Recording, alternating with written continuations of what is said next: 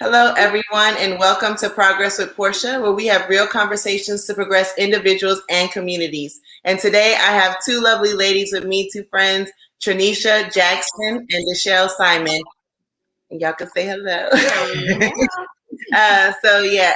We're going to be talking today about their widow walk. So they're two young African American women who have experienced the loss of their husband.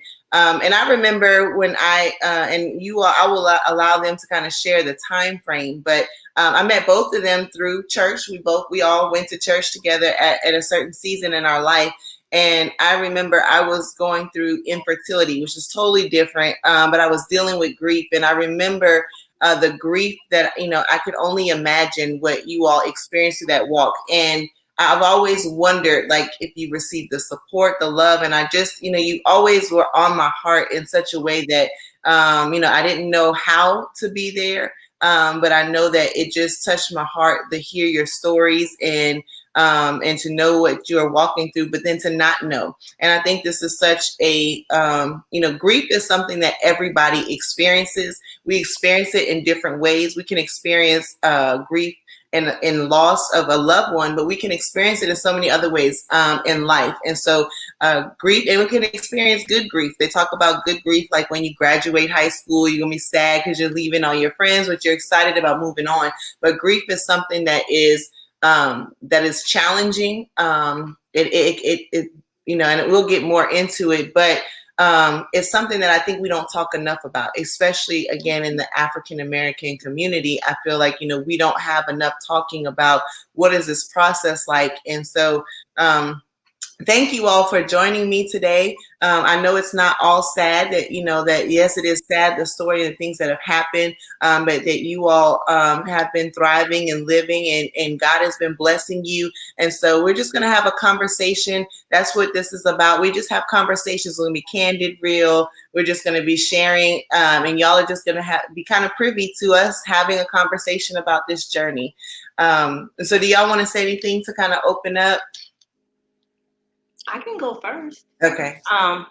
Again, like Portia said, my name is Dechelle Simon.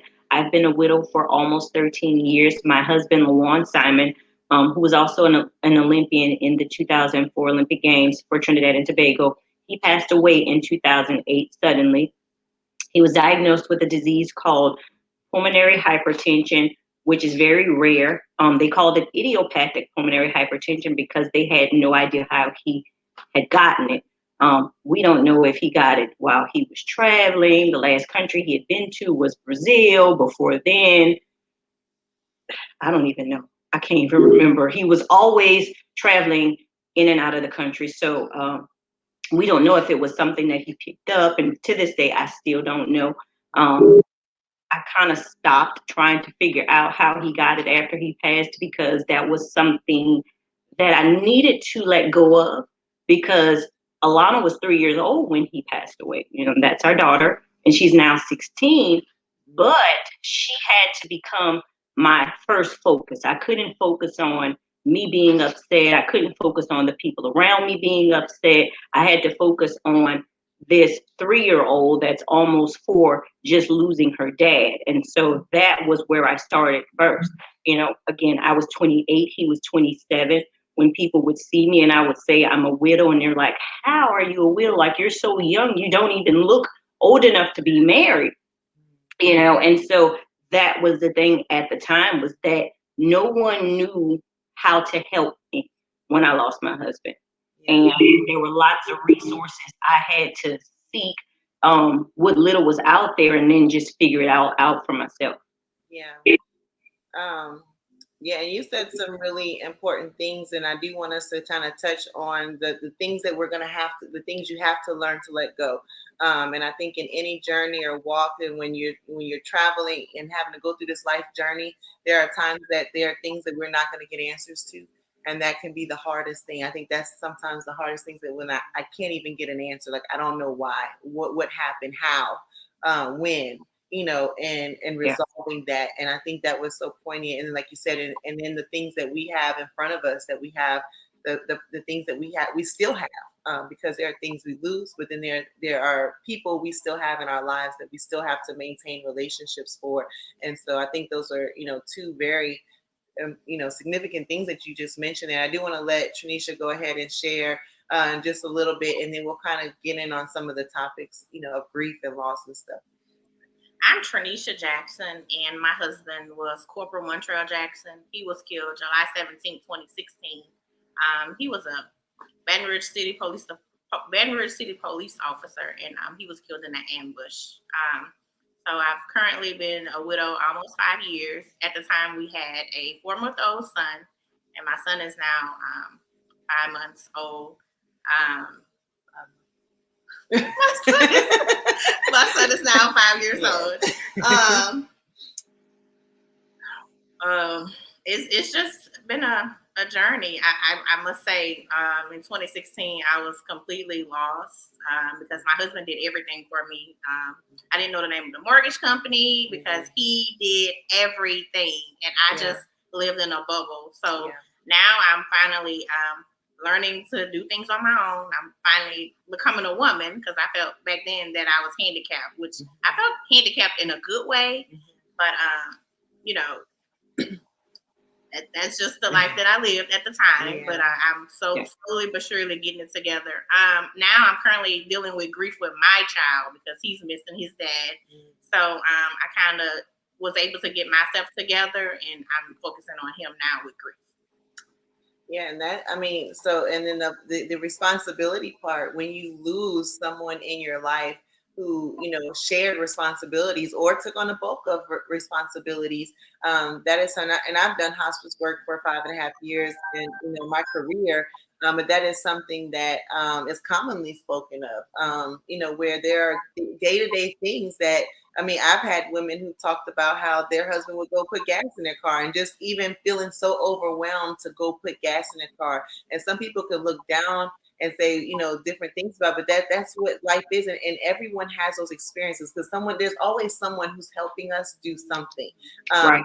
So when you lose that role in your life, the very little things, which if you weren't experiencing grief, wouldn't seem so challenging because you're not just having to do those tasks. You're doing those tasks and every time remembering how this person used to do this for me. And so not having that role. So it's not the task in and of itself. It's not that you couldn't just learn to do those things. It's the fact that when I do these things, it is a trigger or a response to remember that I no longer have that covering. I no longer have that support. And that is very challenging. And so, and I know you mentioned with your child now, that he is now, experiencing some grief. And so, Dechelle, I know you're further along in the walk. So how did that come up for your daughter? And what are some things that maybe worked for you all to kind of help her get through that process?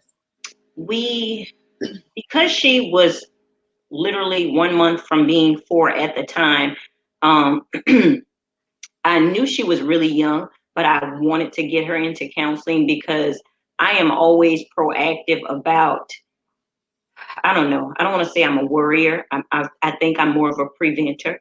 So I try to see as far as I can in the future and see if there's anything that I could possibly prevent. So when she was, I want to say maybe 5, I put her into counseling because she cried a lot. And it caused problems at school.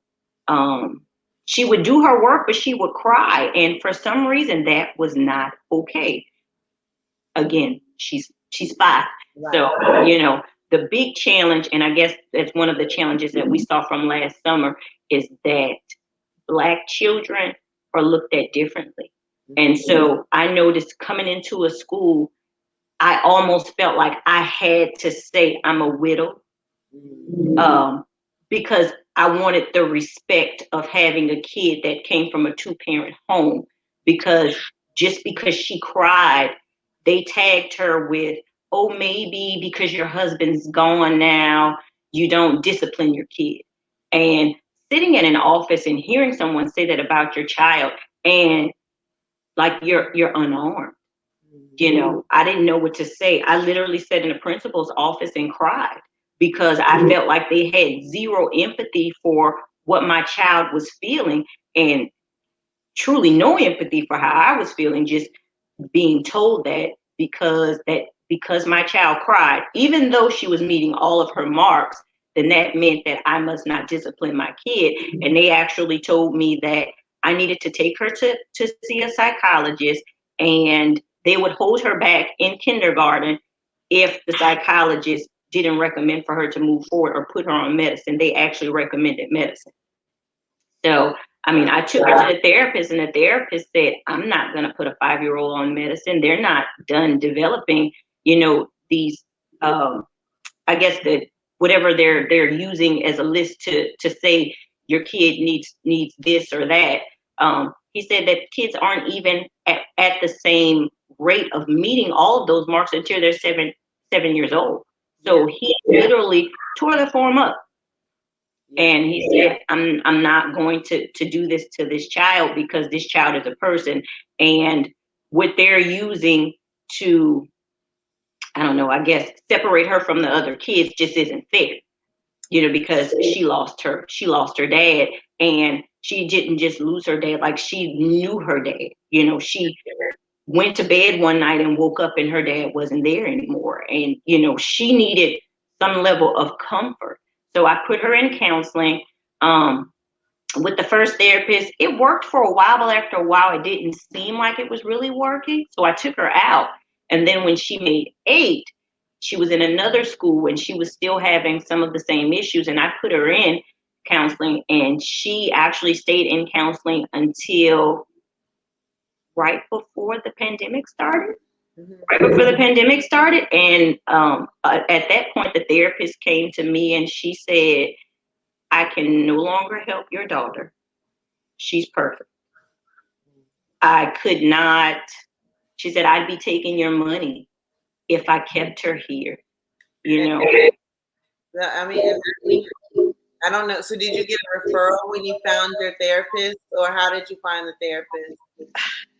I'm going to just say it was God. I literally did a Google search.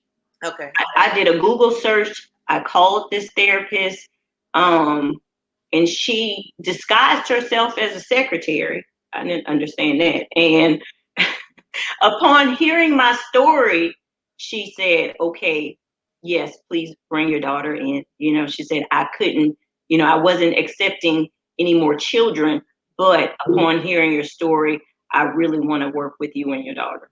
Well, and the reason I'm asking you is because you were in a vulnerable position.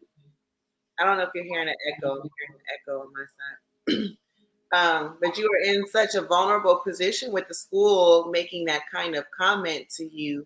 And that is something, again, so not only are you grieving, your child is grieving, now you're having to advocate, fight on the behalf of your child, and look out, and then do a search to find someone to trust, with this very vulnerable situation. And now they're talking about potentially putting your child on medication. Because, again, like you said, it is common that, African American children are seen differently in schools. They are treated differently when they are dealing with trauma, distress, hurt, pain. And so, again, the need of feeling having to disclose certain information that maybe you didn't feel comfortable yet talking about, and having to throw that out there. So a lot of things that we don't think about day in and day out that, come with a walk that was so unexpected. I didn't ask for this. I didn't want to go through this. And now on top of it, I'm walking through all these other hurdles and things that I don't know nothing, I don't really know this, but now I'm having to protect my baby. And thank God, like you said, God intervened. He allowed you to find someone that spoke up for you, because how many children are put on medication at a young age, and, maybe it wasn't what they needed. Because, a lot of times, and that is something I've heard a professional say before, that there are people who are misdiagnosed because of grief, untreated grief. Like, when I say treated, just meaning no counseling, no support, like just unaddressed grief and unaddressed trauma. And so it is important. And that was both trauma and grief, to, be traumatized at the fact that someone that you love is no longer there. And then to have them, and then have to, then to miss them, to miss that father figure in their life. And Right. so, and we're talking about counseling. And Trenisha, is that something that you have? I have done counseling myself, Mm-hmm. but I hadn't put Mason in it yet. But listening to your your story, I think that it is time for him for him to do counseling, Yeah. because although he's not grieving a memory, he's Right. just grieving the presence Right. of having a dad. Yeah. Mhm. Yeah. I'm always on YouTube watching Ryan's World, who has the mom and the dad. And so he's just like, Mom, I want a daddy. I want a daddy to play with me, sleep with me, eat with me. And I was just like, oh my God, like, where is this coming from? But it was coming from him watching Ryan's World. Yeah. And currently, my son, his name is Mason, he's my biggest grief trigger. Like, I feel like I'm doing good, but when he started saying, "Oh, I want a daddy," oh, where's my daddy? You know, because he knows that his dad is in heaven. We go to the graveside, we do all this stuff, and he's like, "Well, my daddy has been in heaven 365 days, and he hadn't came down yet, Mommy. When is he coming down?"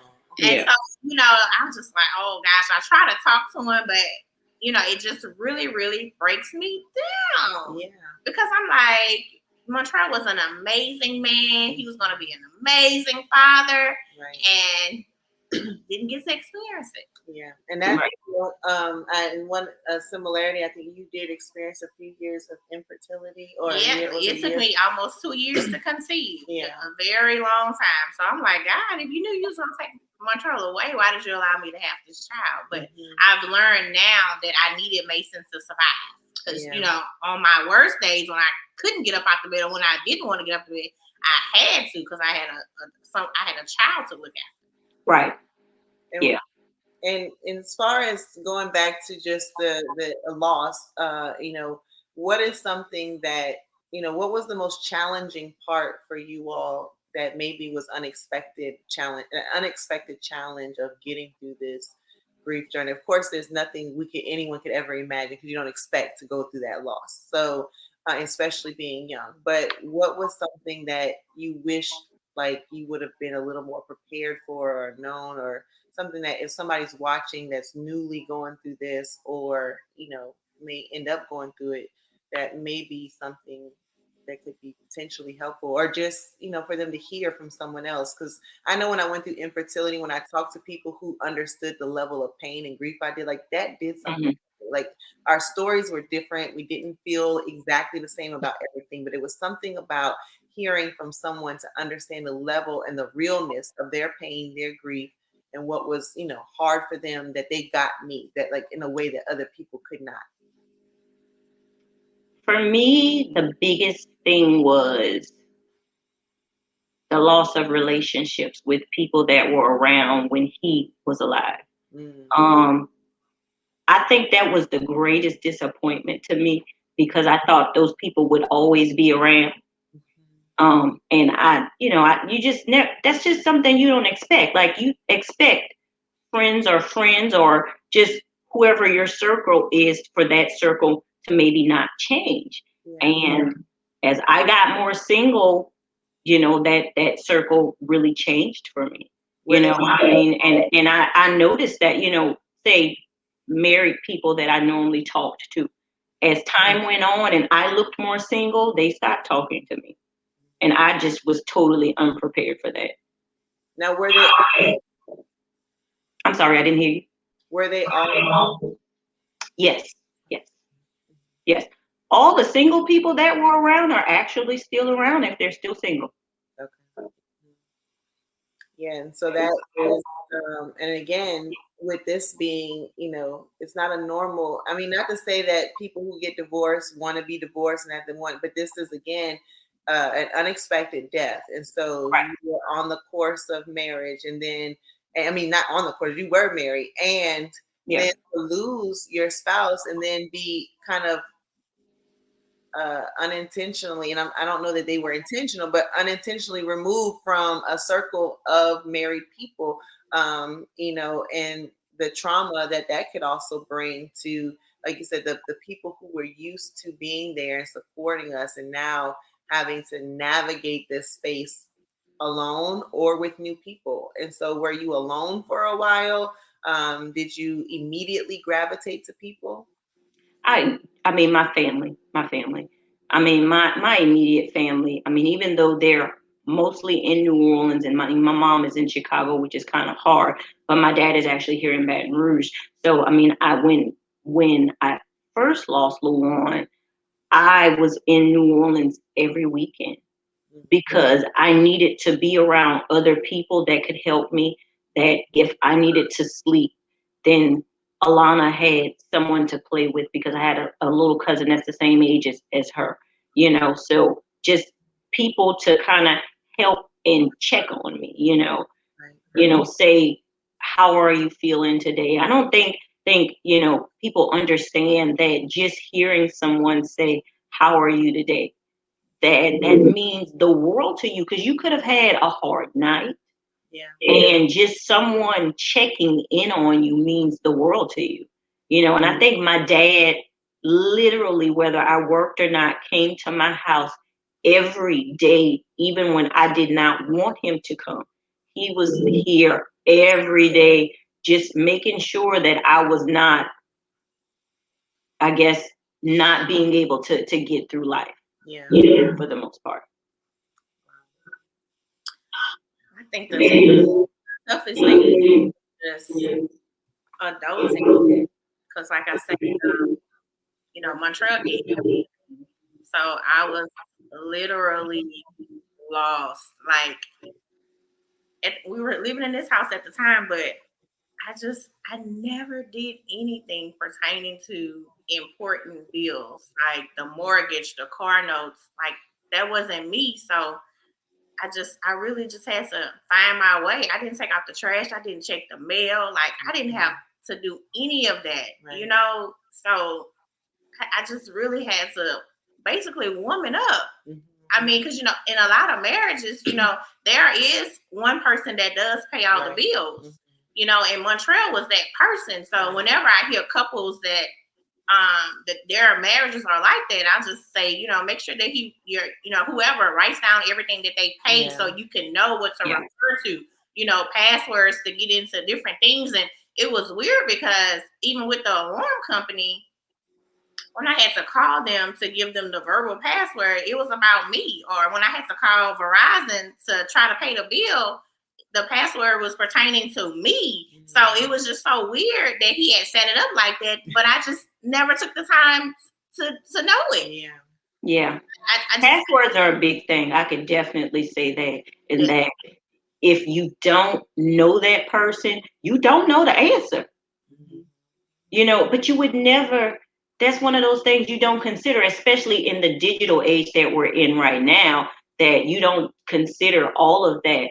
I think I must have been maybe 2 years into widowhood when I did an interview with WAFB or maybe WBRZ. I'm sorry, I can't remember which one, because they wanted to know what happens to your digital footprint when you die.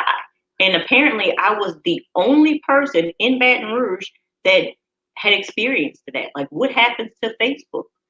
What happens to all of those pages and email addresses and all those things when you lose someone? And I mean, it was tough because the person having a Facebook account, but then they have all these friends, and I mean, he had friends all over the world.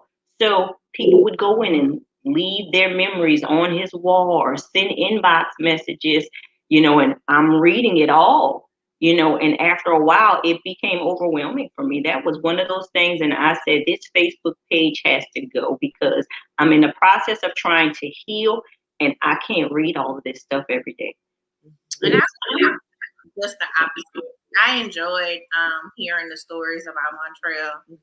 It actually made me feel pretty closer to him. Yeah.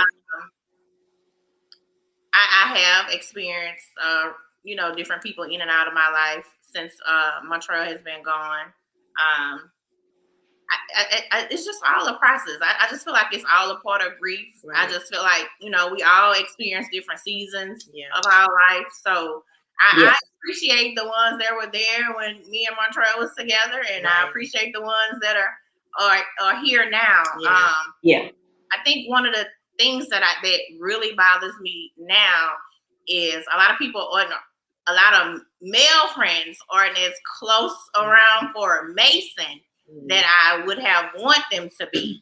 And that's one of my biggest struggles is, okay, guys, it's just me and him. Am I raising him the right way? But then I think about all the powerful men that are, doing great things in the world who were just raised by a single mother. So I'm like, I can do it.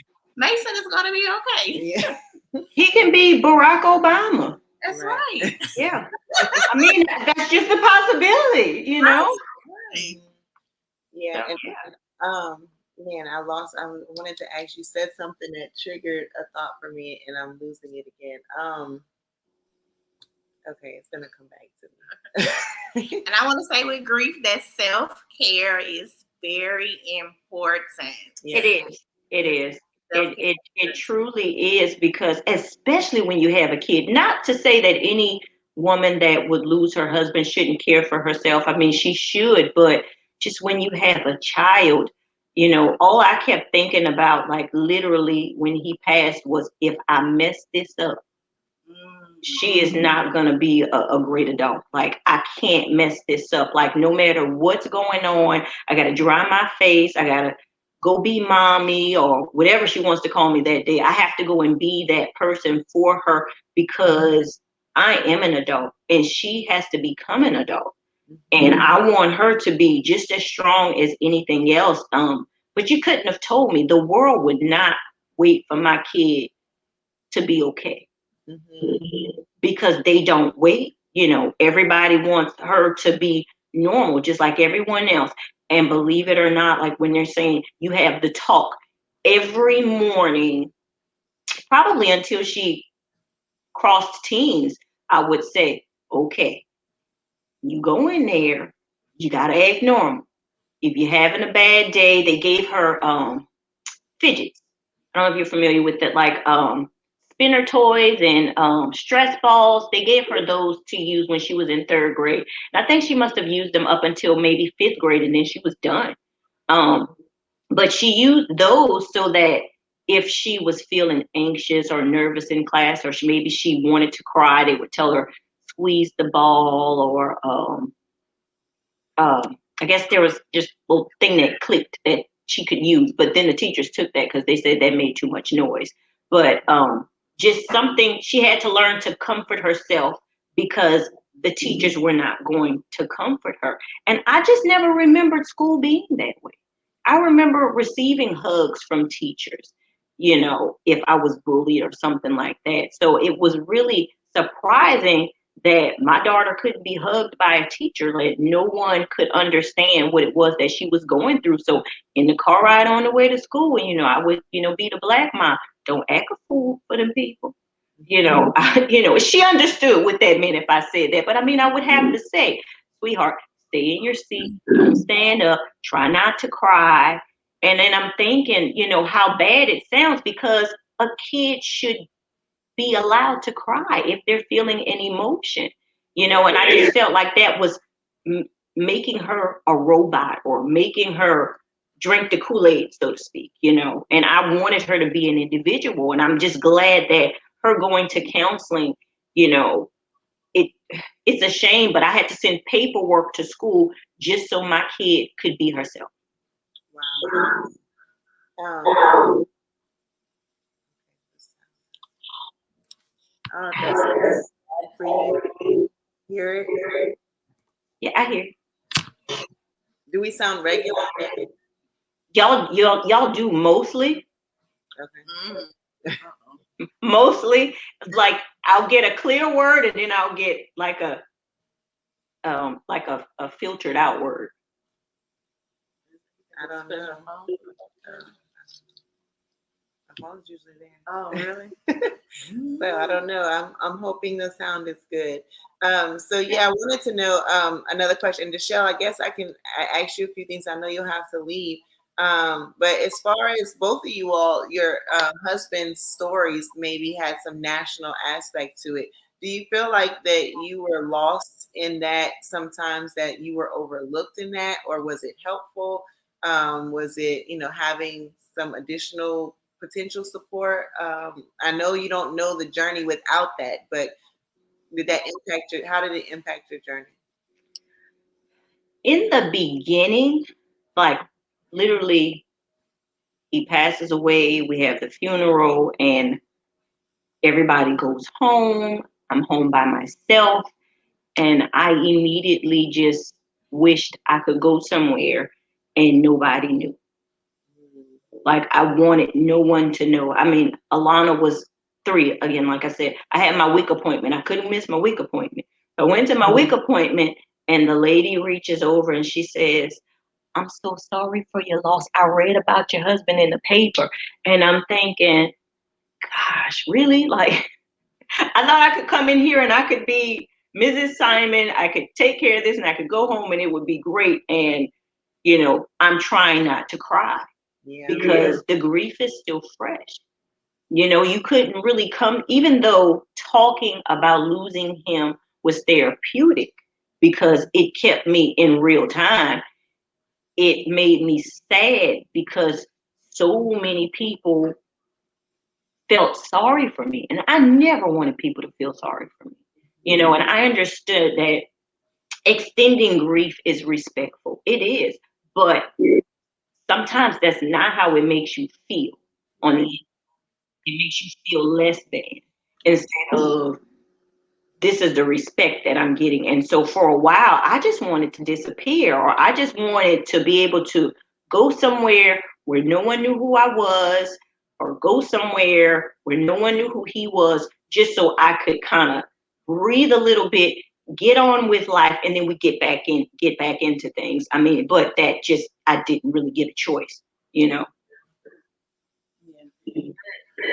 I remember from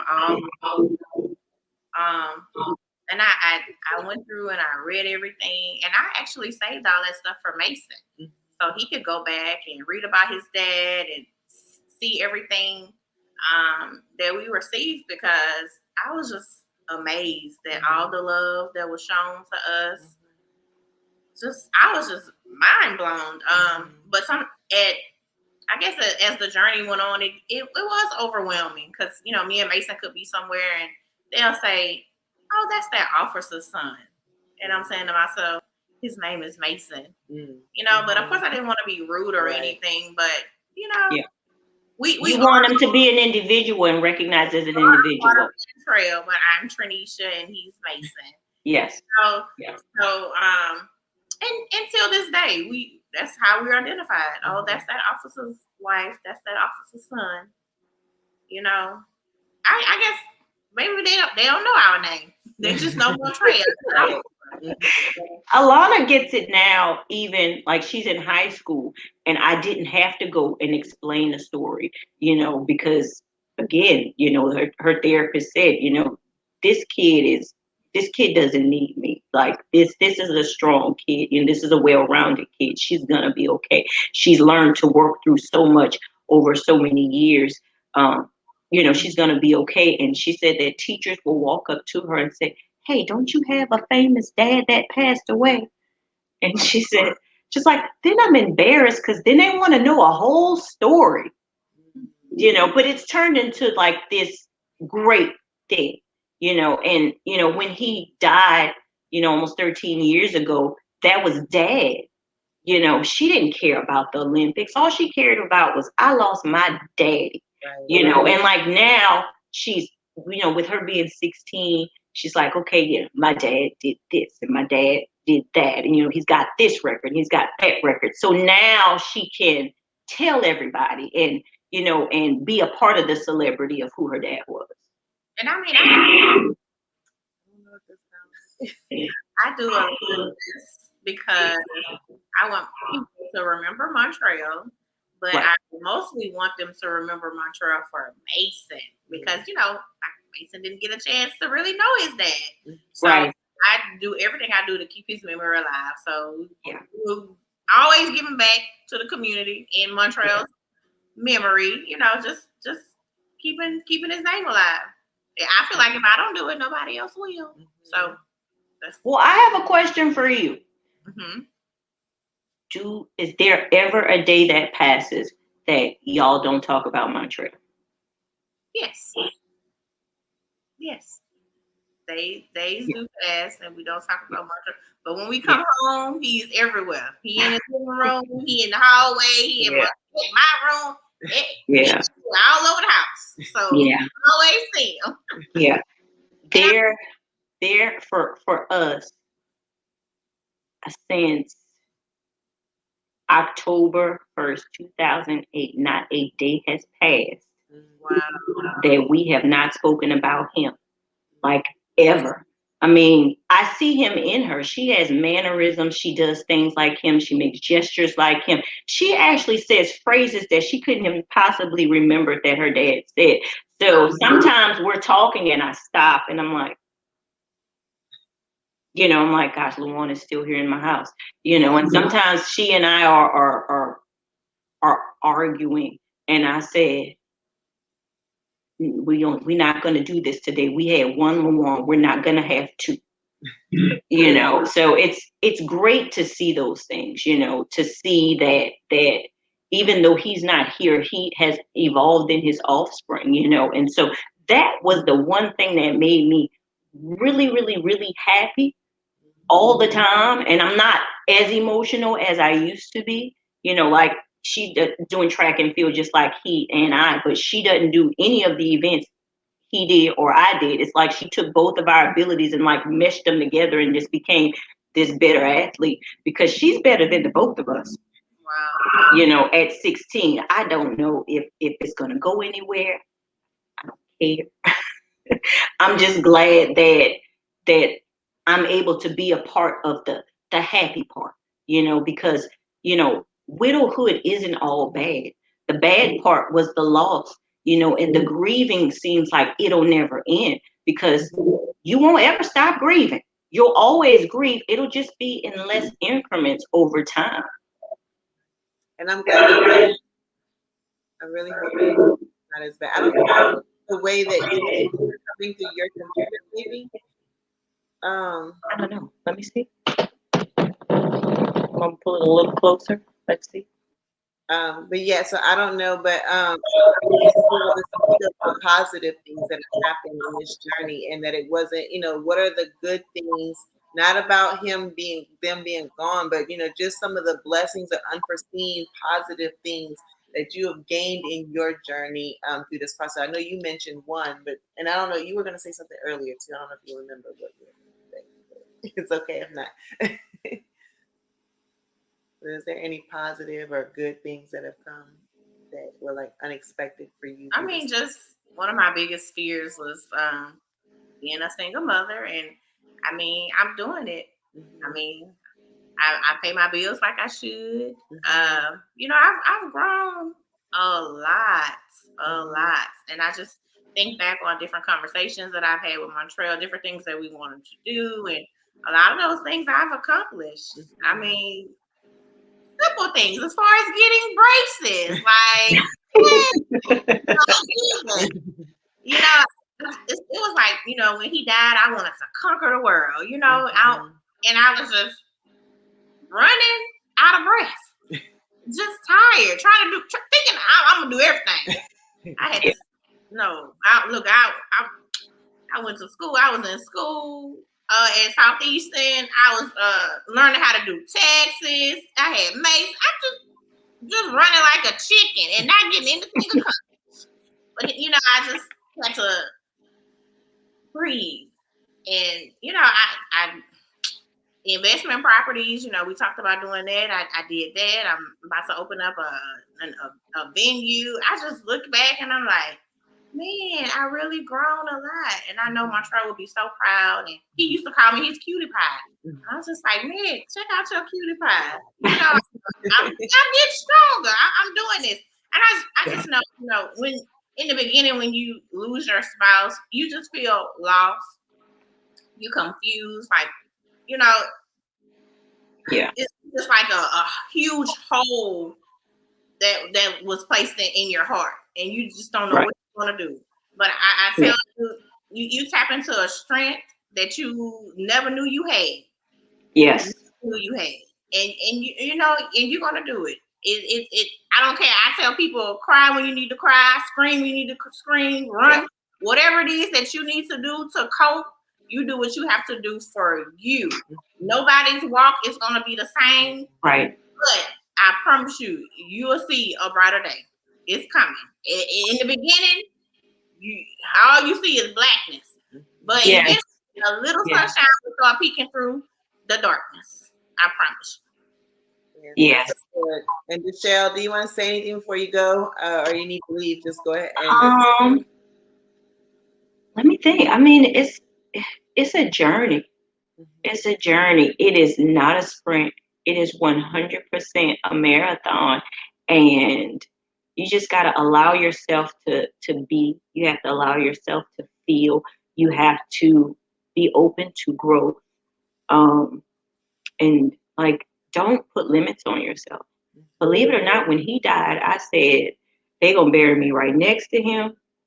I'm never gonna get married again. This is the only man I'm ever gonna love. Cause why would I do that again? I don't want to have kids for no other man. I mean, the list was long. Like I had a long list of all these things I was not gonna do because I was going to be Lawan's wife till I die. Also, and his dad said, "Hold on, you got a long way to go. So I want you to think about that." And I said, "Oh, no. I promise. Like, this is it. Like, I'm good. Like, I loved him and I don't need to love anybody else. His love is going to be enough."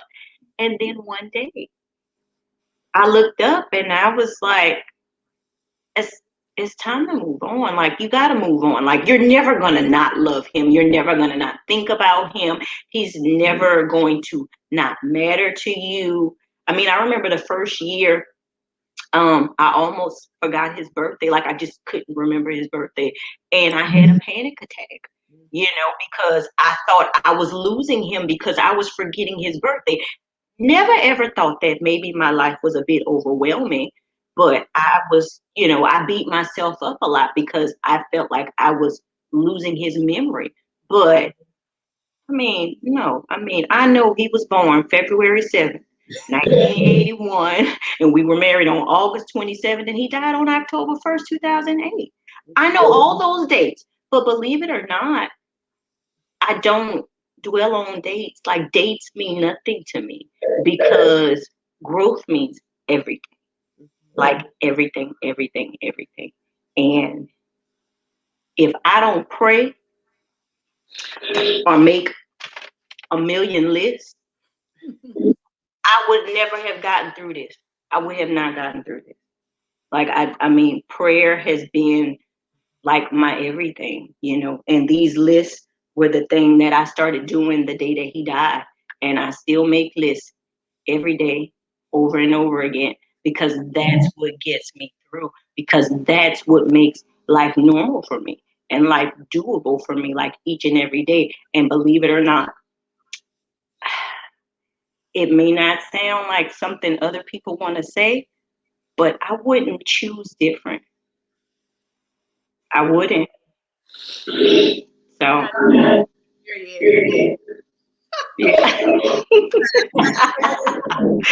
yeah. Like I said, it doesn't. I know. If I could have him back, I would have. I want him back, but I would want him back a healthy man. right. So, but I would not. I wouldn't take away where I am right now. Being a widow is never what I wanted, but I wouldn't change what happened in 2008. I wouldn't do that. And I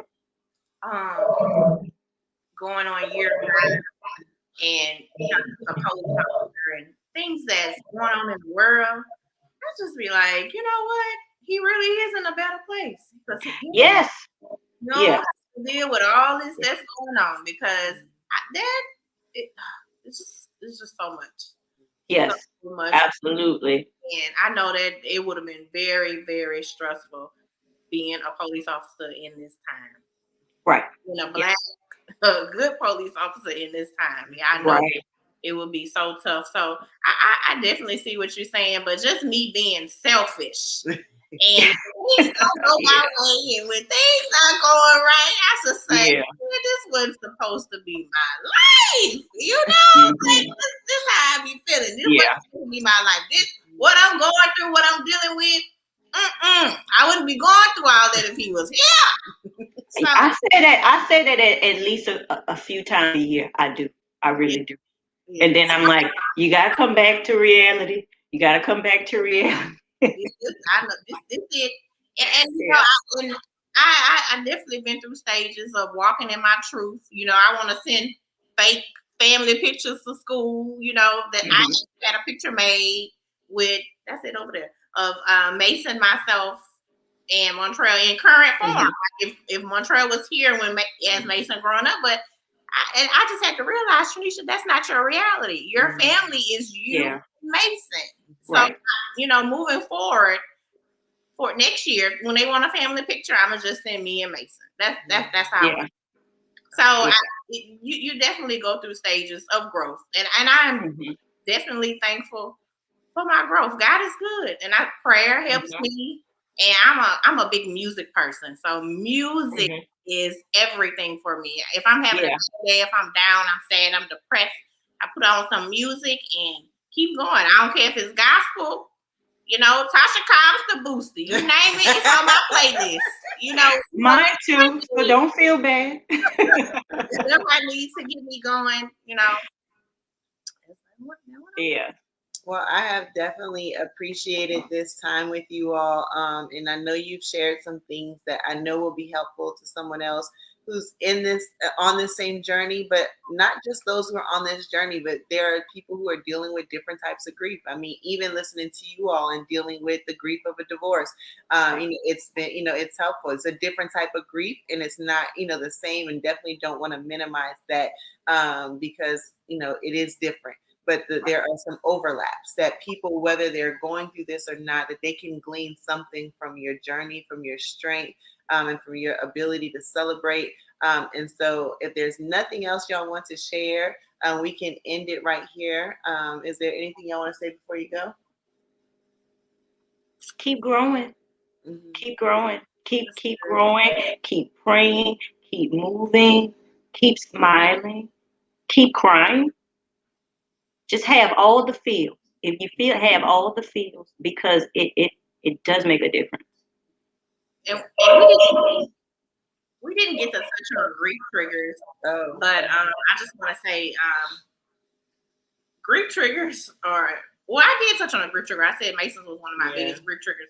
But I mean, a grief trigger could be cologne, a restaurant y'all went to all the time, a song that come on the radio. It's okay to have grief triggers. It's okay, and they're always going to happen.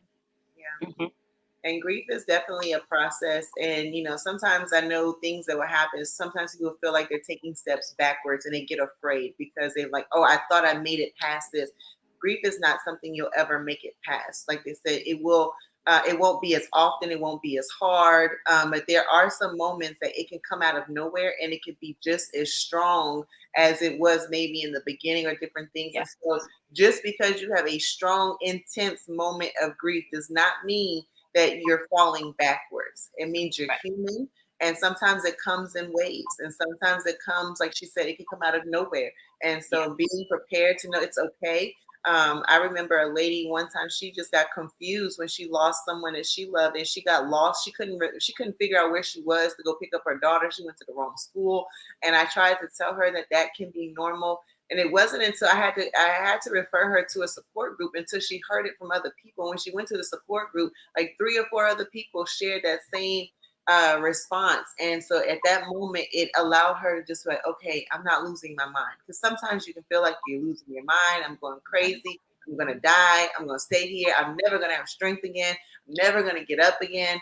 And you have to, it's like the world stops for you. Like, and I think someone said that, but it's like, it's going for everybody else. It's going fast. And like, you just like stand still sometimes, or like you're going in slow motion.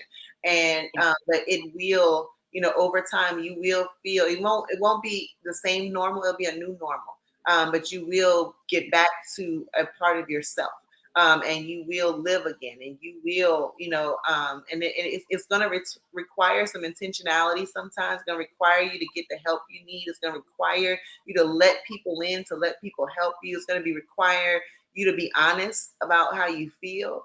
If you're struggling, if you need support and people are not giving it, whatever it is a process. But if you're dealing with something, reach out. You're free to reach out to me, and I can link you up with resources or connect you, to information or things that may be useful to you. But I do want to encourage you, if you're dealing with any form of grief, one, acknowledge it. Two, be honest about where you're at. Let yourself feel it, but then take some steps to take care of you, and to find your support system and whatever that looks like, and do the work that you need to heal. Because time doesn't necessarily mean healing. Sometimes you have to go to counseling. Sometimes some people have to take medication temporarily for anxiety, for depression. Some people have to stay on it, and that's okay. Every journey is different, and whatever you need to live again, to thrive again, that's what you need to do. And so we encourage you, that you can live again, that there will be good times. These women, I see them living. They're still, having great moments, and, seeing great accomplishments. And so, and we may have another conversation, because I know there's so much we did not touch on, and but I have to let Dechelle go. And so, Yeah. And I would love to have more talks. Absolutely, because this is a subject that, again, like I told you, 13 years ago, I couldn't find a thing on it. So this is definitely something that I think is useful